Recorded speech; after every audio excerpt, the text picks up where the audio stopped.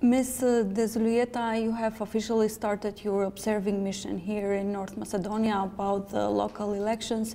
What exactly is the long-term team observing right now? As you say, we started work. We already have 20 long-term observers in the field, and they have begun reporting to us. Our objective is our mandate, which is to assess the conduct of the elections. That means the whole campaign, and as well as the media and the legal framework for its compatibility with OSCE commitments and with international standards, and also with national law.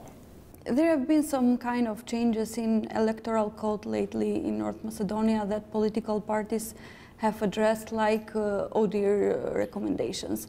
In what level are ODIHR recommendations here in Macedonia implemented?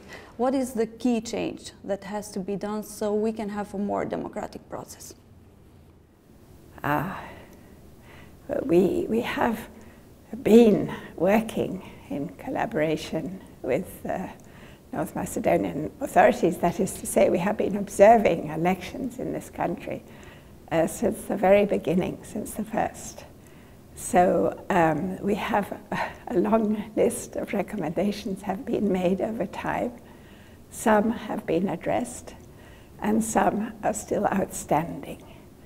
Which is the key at this point in time would be difficult to say, but I think because there have been so many changes over time, what remains important recommendation on the part of OSCE ODIHR is that this electoral code is coherently assembled into one consistent law,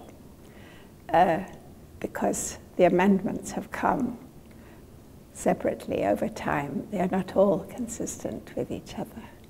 We have a whole new and important bunch of amendments which were just passed last week. It was a surprise for us, perhaps for most people, that it would happen before elections. Some of them address ODIHR recommendations.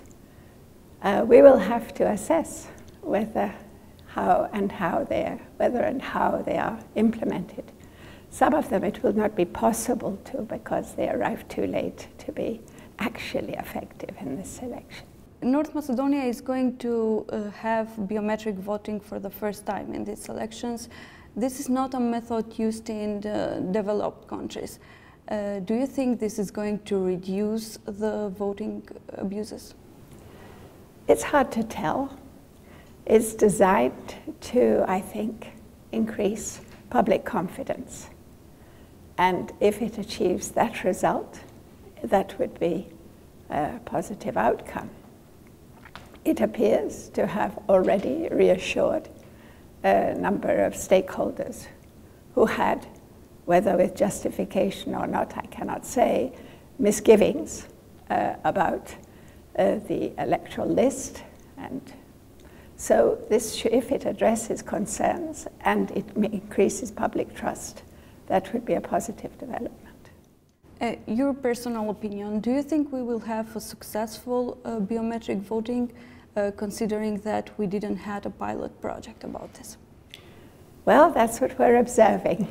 Naturally, we were aware of this important change, and we came with our reinforced team specifically to be able to follow this aspect of the process.